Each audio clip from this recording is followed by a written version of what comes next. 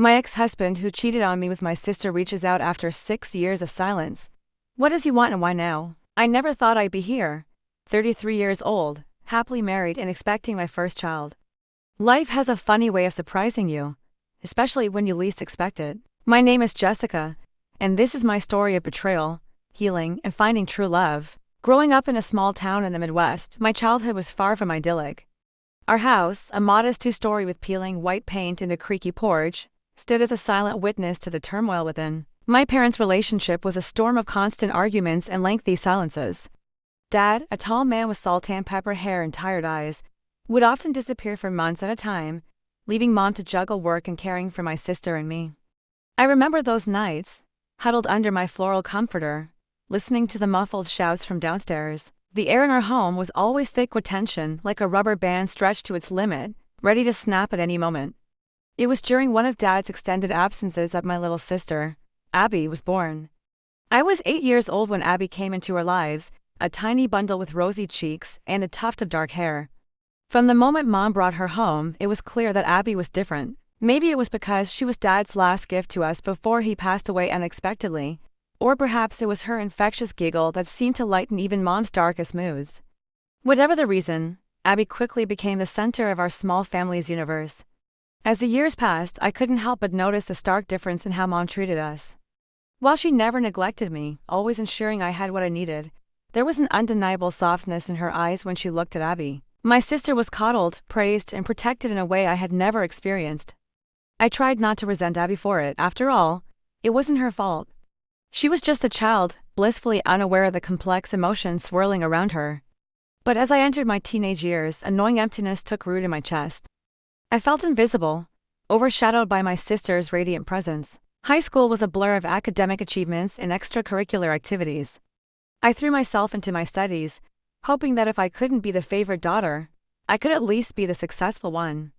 But no matter how many A's I brought home or how many trophies I won, that void inside me refused to be filled. It was on my 18th birthday that my life took an unexpected turn. My best friend, Tina, had insisted on taking me out to celebrate at the new Italian restaurant in town. As we sat at our table, laughing over breadsticks and reminiscing about our high school adventures, I noticed him. Dan stood out in the crowded restaurant like a beacon. Tall, with neatly combed dark hair and piercing blue eyes, he exuded a maturity and confidence that immediately caught my attention. When our eyes met across the room, I felt a jolt of electricity course through my body. To my surprise and delight, Dan approached our table. With a charming smile, he wished me a happy birthday and offered to buy us dessert. Tina, ever the wing woman, made an excuse to leave early, leaving me alone with this intriguing stranger. As we talked, I found myself captivated by Don's wit and worldliness. At 25, he seemed so much more sophisticated than the boys I knew from school. He listened intently as I shared my dreams of going to college and pursuing a career in marketing. For the first time in my life, I felt truly seen and heard. That night marked the beginning of a whirlwind romance. Dan showered me with attention, taking me on long drives in his sleek black car, surprising me with thoughtful gifts, and always making me feel like the most important person in the world. With him, the emptiness that had plagued me for so long began to fade. Our relationship moved quickly. Within a year, I had moved into Don's apartment, a modern loft in the heart of our small city. My mother, surprisingly, didn't object. As our relationship deepened, I felt like I was living in a fairy tale. Dan was everything I had ever dreamed of in a partner, attentive, supportive, and deeply in love with me. He surprised me with thoughtful gestures, like leaving love notes in my lunch bag or planning romantic weekend getaways. Each day, I fell more in love with his kind heart and infectious laugh. On our 4th anniversary, Dan outdid himself. He blindfolded me and drove us to a secret location. When he removed the blindfold, I gasped. We were standing on a hilltop overlooking the city, surrounded by twinkling lights and candles. As the sun set, painting the sky in brilliant hues of pink and orange, Dan got down on one knee. My heart raced as he pulled out a velvet box revealing a stunning diamond ring. "Jessica," he said, his voice trembling with emotion, "you've made these past 4 years the best of my life. I want to spend every day making you as happy as you've made me. Will you marry me?" Tears streamed down my face as I nodded enthusiastically, barely able to choke out a yes. Through my sobs of joy, as Dan slipped a ring onto my finger, fireworks exploded in the sky above us. It was magical, Perfect, everything I had ever dreamed of. Our wedding day arrived in a whirlwind of excitement and anticipation. Though we kept the guest list small, no expense was spared in creating the elegant affair I had always imagined. I'll never forget the moment the church doors opened, and I saw Dan waiting for me at the end of the aisle. He looked so handsome in his tuxedo, his eyes shining with unshed tears. As I walked towards him, my heart pounding with a mixture of excitement and love, time seemed to stand still. The soft strains of our favorite song filled the air, and I felt as though I was floating on a cloud of happiness. When I reached Dan, he took my hand in his, giving it a gentle squeeze. "You're breathtaking," he whispered, his voice filled with awe and adoration. As we exchanged vows, promising to love and cherish each other for eternity, I truly believed that this was the beginning of our happily ever after. The kiss we shared as husband and wife was sweet and full of promise, sealing our commitment in front of our closest friends and family. The first few years of our marriage were blissful, each day bringing new joys and shared experiences. We traveled to exotic locations, created a cozy home together, and spent countless nights dreaming about our future. I was eager to start a family right away, picturing a house full of laughter and tiny footsteps. I'd spend hours browsing baby names and nursery designs, imagining the pitter-patter of little feet on our hardwood floors. However, Dan gently encouraged me to focus on my education and career first. "We have all the time in the world for children," he would say, kissing my forehead tenderly. "Let's make sure we're stable and secure before we take that step." Though a part of me ached to become a mother, I knew Don's practical approach made sense. His unwavering support gave me the confidence to pursue my dreams. With Dan cheering me on, I enrolled in a master's program in marketing. The next 2 years were a whirlwind of classes, projects, and late-night study sessions.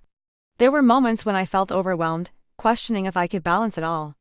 But Dan was my rock, bringing me coffee during all-nighters, giving me pep talks when I doubted myself, and celebrating every small victory along the way. His pride in my accomplishments was evident in every beaming smile and warm embrace.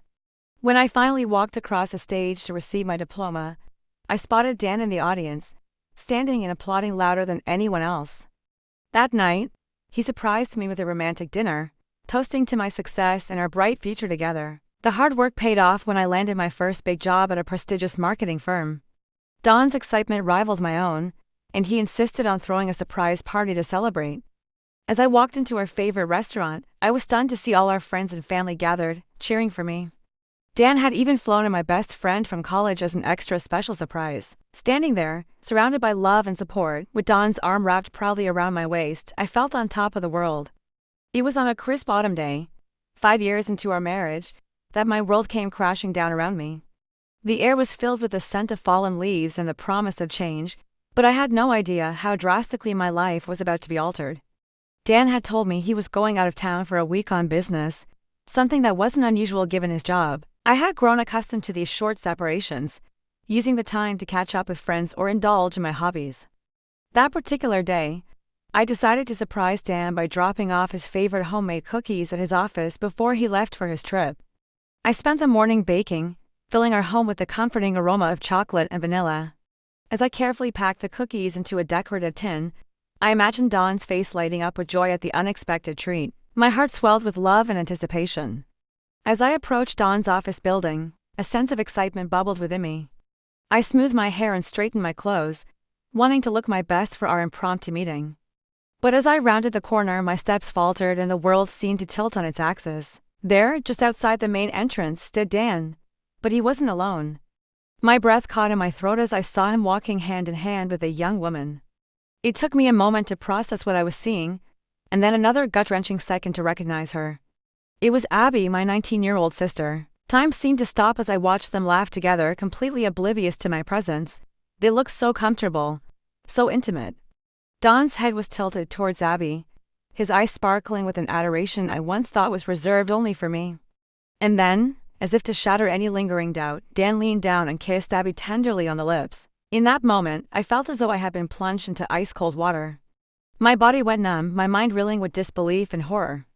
The cookie tin slipped from my fingers, clattering to the ground with a deafening crash. Cookies spilled across the sidewalk, the sound of shattering glass punctuating the destruction of my world. Dan and Abby jumped apart, startled by the noise. Their eyes widened as they saw me standing there, a tableau of betrayal frozen in time. The guilt that flashed across their faces confirmed my worst fears.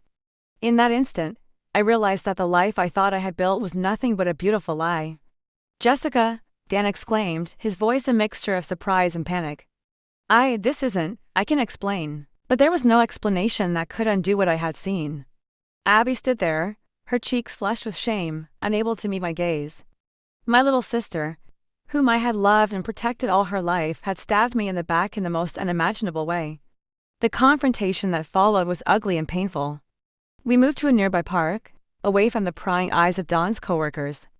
Don's excuses and justifications felt like daggers to my heart. He spoke of feeling neglected, of needing excitement and passion in his life. "You're not the same girl I fell in love with," he said, his words dripping with cruelty. "You're always so focused on work, on building your career. Abby gives me the attention and excitement I need." Each word was a fresh wound, tearing apart the fabric of our life together. I turned to Abby, hoping against hope that she would deny it all, that this was some terrible misunderstanding. But she remained silent, tears streaming down her face. "How long?" I managed to choke out, my voice barely above a whisper. 6 months, Dan admitted, and I felt my knees buckle beneath me. 6 months, half a year of lies, of betrayal, of making a fool of me.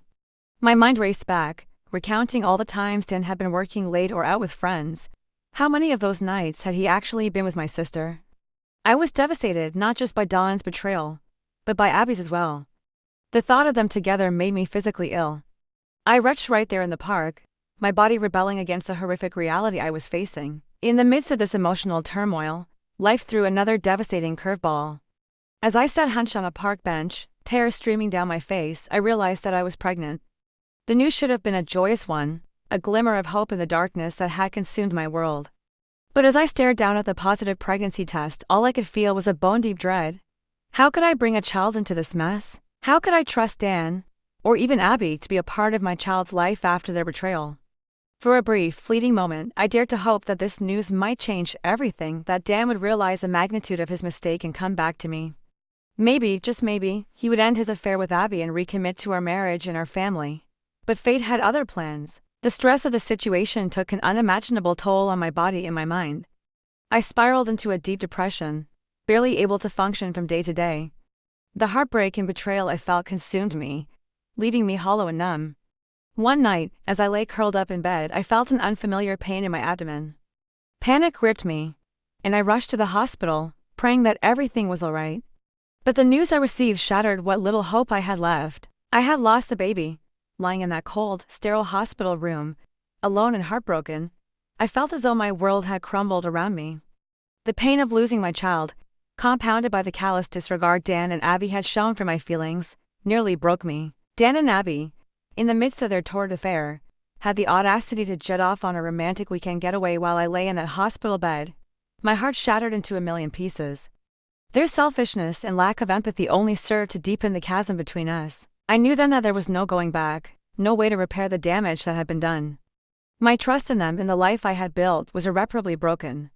As I stared out the window, watching the rain pelt the glass, I made the difficult decision to end my marriage and cut ties with my sister forever. The divorce was quick but messy. Dan didn't even try to hide his relationship with Abby anymore, flaunting it in front of everyone we knew.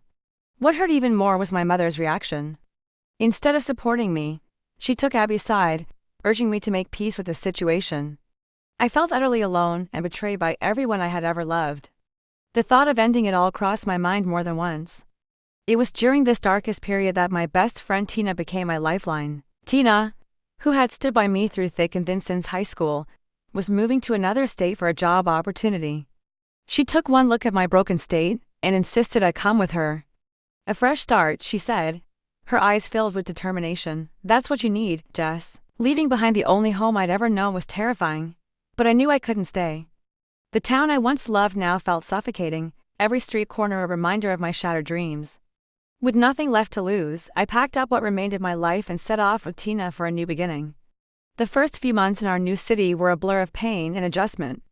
I threw myself into work, taking on extra projects and long hours to avoid the crushing loneliness that awaited me at home. Tina was patient and supportive, gently encouraging me to seek therapy and begin the healing process.